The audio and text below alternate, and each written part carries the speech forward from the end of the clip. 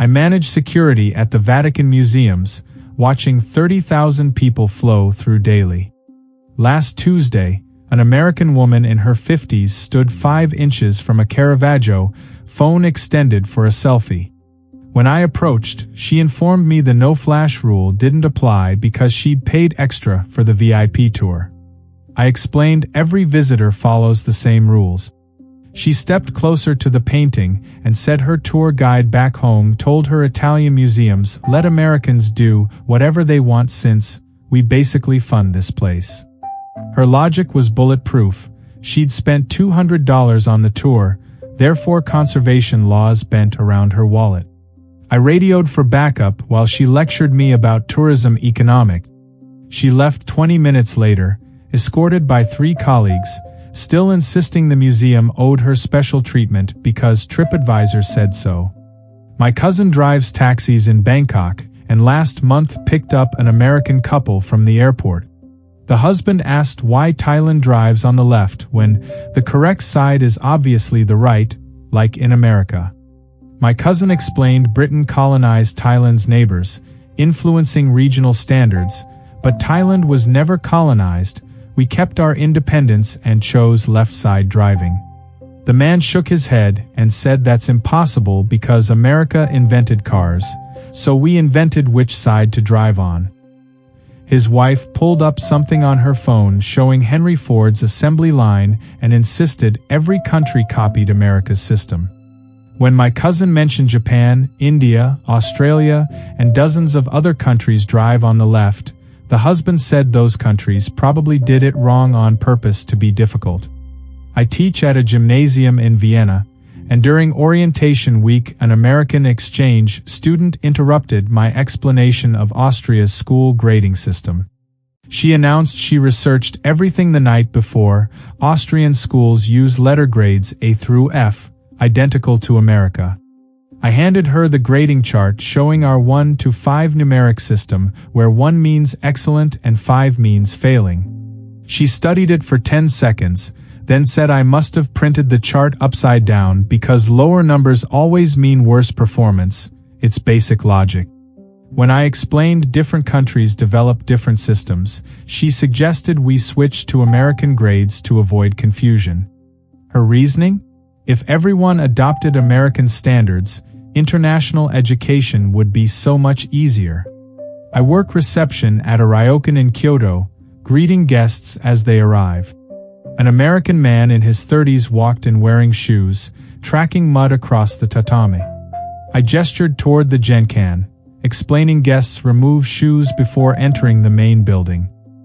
He looked at the floor and said Americans don't take their shoes off in hotels because that's unsanitary.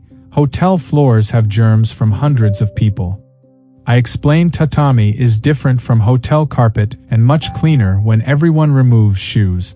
He suggested we install carpet instead of these weird grass mats, so guests could keep shoes on like civilized countries. When I mentioned this tradition spans centuries, he said that's exactly the problem. Japan needs to modernize and stop living in ancient times. He finally removed his shoes but spent the next 15 minutes asking if we provided disposable foot covers because walking barefoot spreads athlete's foot, which he read about on WebMD. My brother manages a gelato shop in Florence, and 3 weeks ago an American woman ordered hazelnut gelato in a cone. She took 1 bite, returned to the counter, and demanded a refund because we served her ice cream that was melting. My brother explained gelato is meant to be softer than American ice cream. It's churned at a warmer temperature and contains less air, creating a denser, creamier texture. She said that's a quality control problem and we should freeze it properly like Baskin-Robbins. She pulled up an article on her phone about optimal ice cream storage temperatures, showing it to my brother like evidence in court. When he mentioned gelato has been made this way in Italy for centuries, she replied that Americans perfected the recipe by making it last longer without melting. She left the shop insisting she'd been served defective merchandise. I'm a ticket agent at the Louvre, and last month an American family arrived 15 minutes before closing time. The father demanded entrance, explaining they'd traveled 5,000 miles and paid $400 for flight. I explained the museum closes at 6 and last entry is 5:15, pointing to the sign in 6 languages. He said that's false advertising because the sign says the museum is open until 6, so logically visitors can enter until 6.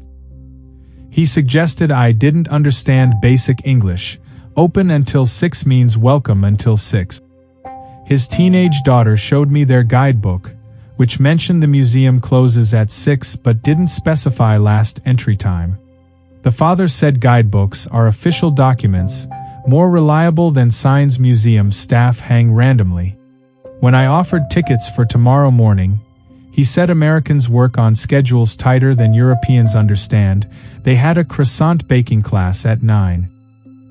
He spent 12 minutes explaining American productivity culture, how we maximize every minute of vacation, and why French museums should adapt to visitors who actually contribute to the global economy. I supervise cleaning staff at a mosque in Istanbul, preparing the space for prayer times. An American tourist entered wearing shorts and sandals, camera raised. I approached explaining visitors must remove shoes, cover shoulders and knees, and avoid entering during prayer times. He said his constitutional rights guarantee freedom to visit any building in any country, anytime. When I mentioned this is a house of worship with specific requirements, he said churches in America let everyone in wearing whatever they want, so clearly religious buildings are public spaces. He pulled up the First Amendment on his phone, reading it aloud as if Turkish law responded to American constitutional interpretation. His friends suggested they'd already shown respect by not bringing dogs inside, which we easily could have, since this is technically a public building. I eventually called security, who escorted them out while the American insisted he'd be leaving a strongly worded review on Google Maps about religious discrimination. I wait tables at a cafe in Copenhagen, working the morning shift. An American man ordered coffee and looked confused when I brought a small cup without offering cream or sugar. He asked where the free refills were, and I explained we don't offer refills. Each coffee is prepared individually, freshly brewed. He said that's impossible because America invented coffee culture, and coffee shops always provide unlimited refills. When I mentioned Denmark has different customs, he explained Starbucks proved the American model works globally, so traditional European cafes are basically extinct relics. He demanded to speak with the owner about our deficient business model. His wife suggested we're probably trying to scam tourists by charging per cup instead of offering refills like honest establishments. They left after one coffee, the husband muttering about how Europeans clearly don't understand customer service because we never worked in American restaurants where the customer's always right actually means something. My aunt owns a restaurant in Buenos Aires, serving traditional Argentine asado. An American couple ordered bife de chorizo and seemed surprised when it arrived, a thick, beautifully marbled steak, simply grilled with salt. The husband called my aunt over, saying he didn't receive the steak he ordered. My aunt asked what was wrong, and he pointed out the absence of sauce, seasoning, or sides beyond a small chimichurri bowl. He'd expected compound butter, loaded baked potato, and vegetables because that's what steak dinner means in any language. My aunt explained Argentine beef is world-renowned specifically because the flavor needs nothing else, the quality speaks for itself.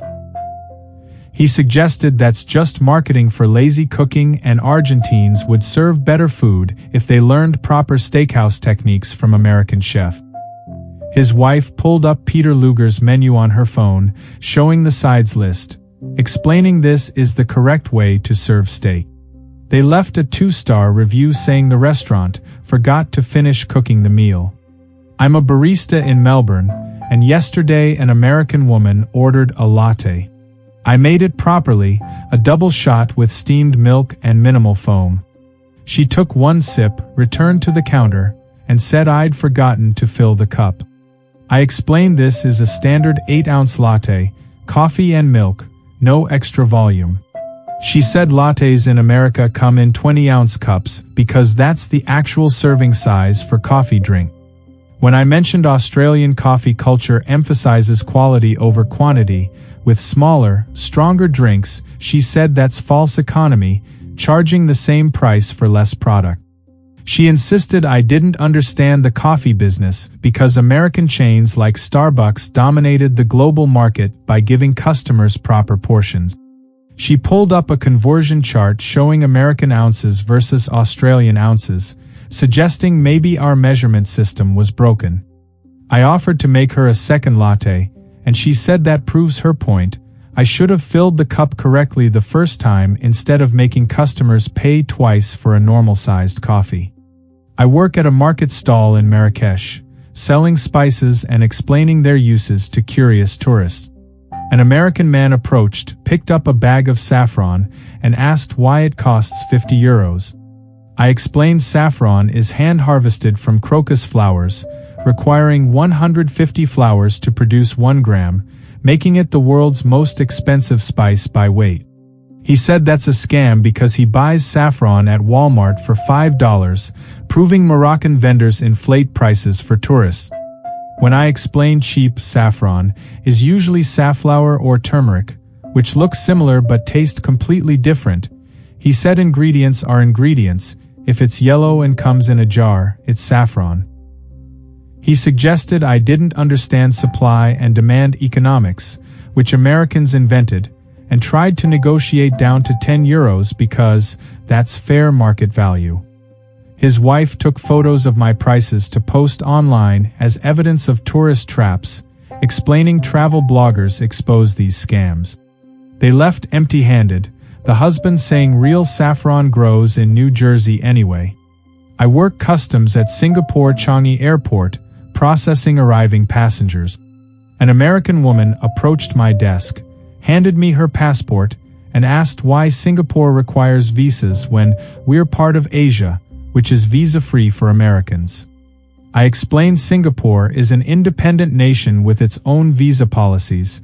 Americans receive a 90-day visa exemption upon arrival, which I was currently processing.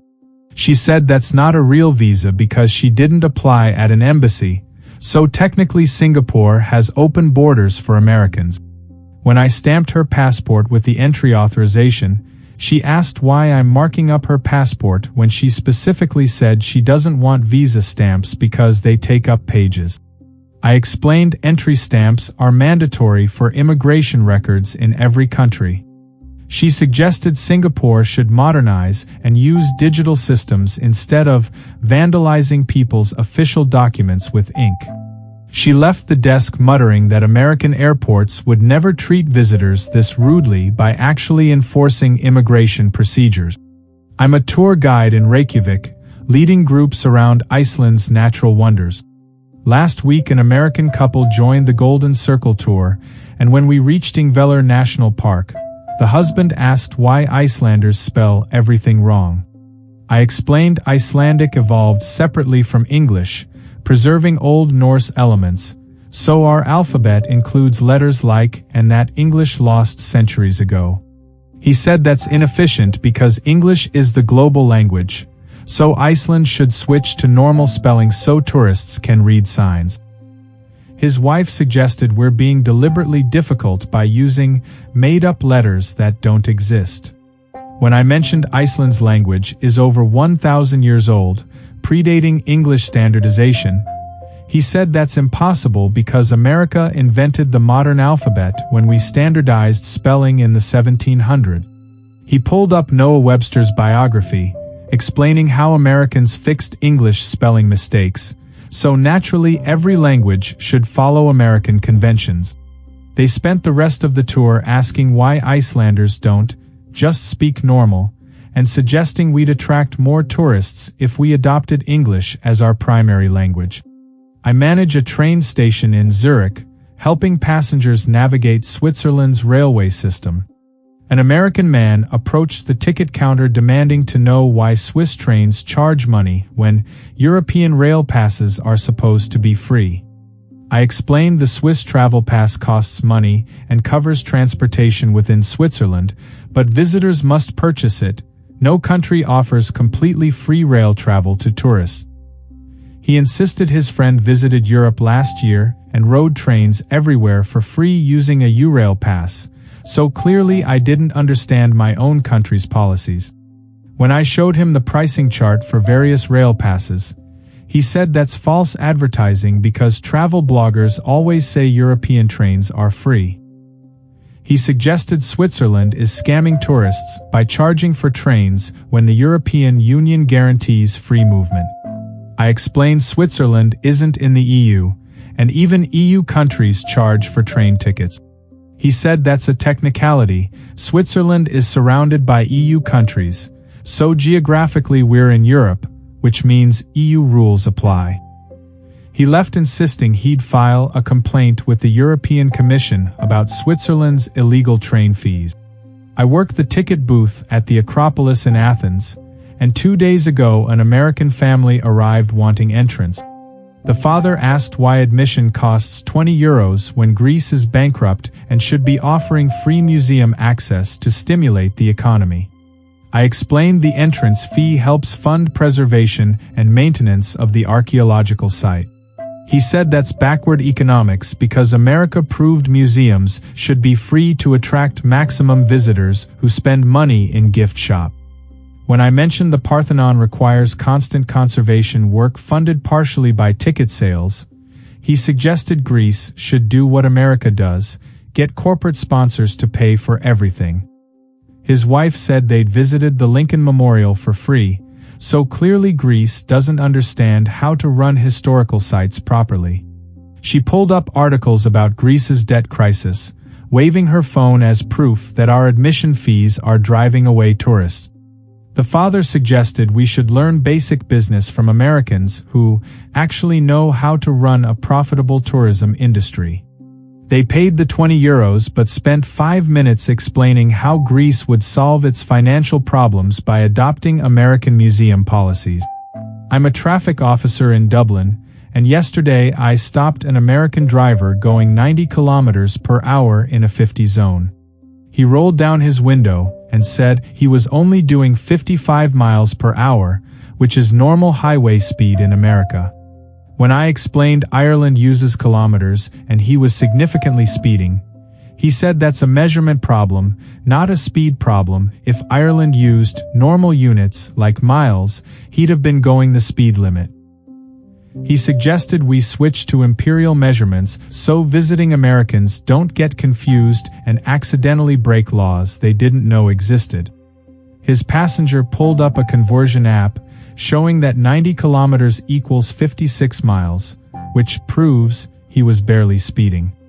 I wrote the ticket for €80, and he said that seems expensive until you convert it to dollars, which makes it basically free compared to American speeding tickets.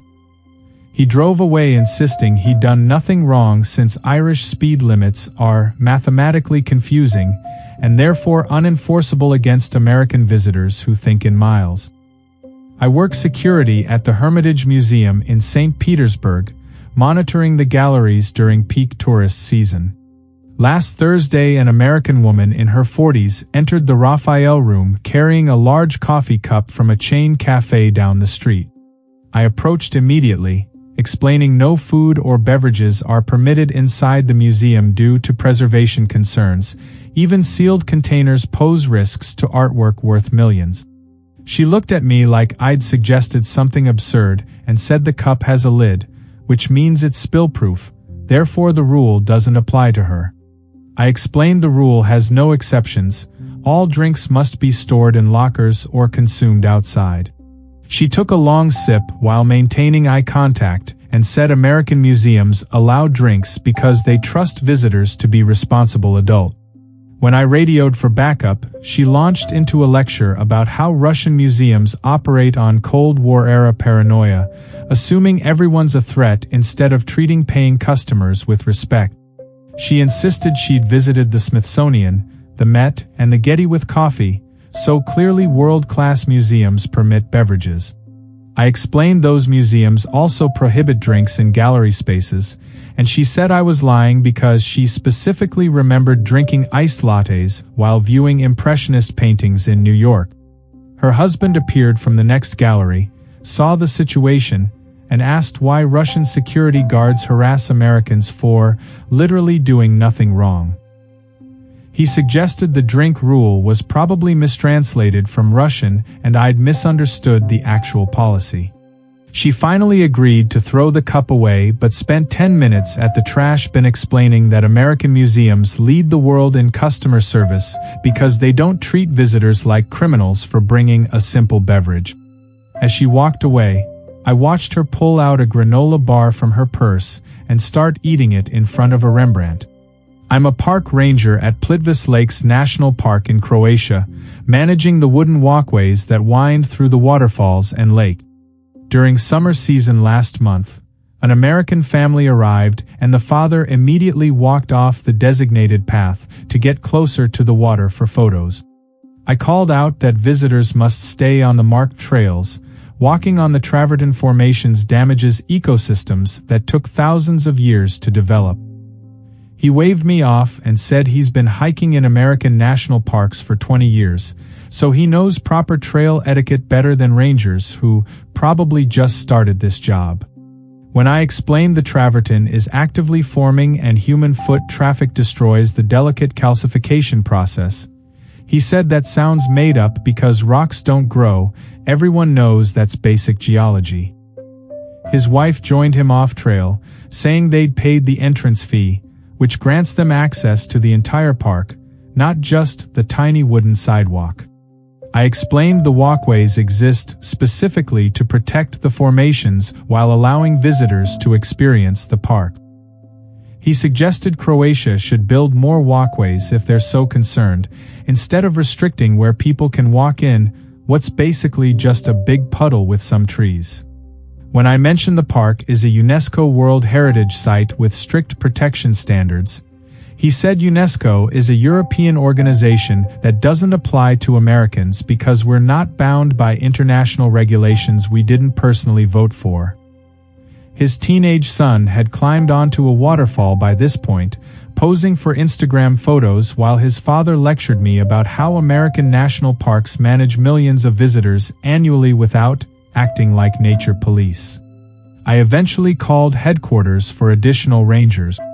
They arrived 15 minutes later to find the father wading knee-deep in a restricted lake, insisting he'd researched Croatian law the night before on travel forums, and nowhere does it explicitly say Americans can't touch the water. The family received citations totaling 2,000 kuna, and the father said that's government overreach because in America park rangers encourage visitors to interact with nature instead of putting it behind barriers, like it's a museum exhibit that might break. The confidence is remarkable, arriving in countries with centuries-old systems and immediately identifying what needs fixing. Not adaptation, not learning, just instant diagnosis that everywhere else operates slightly wrong. The conviction that American ways are default settings, and the rest of us are running on outdated software.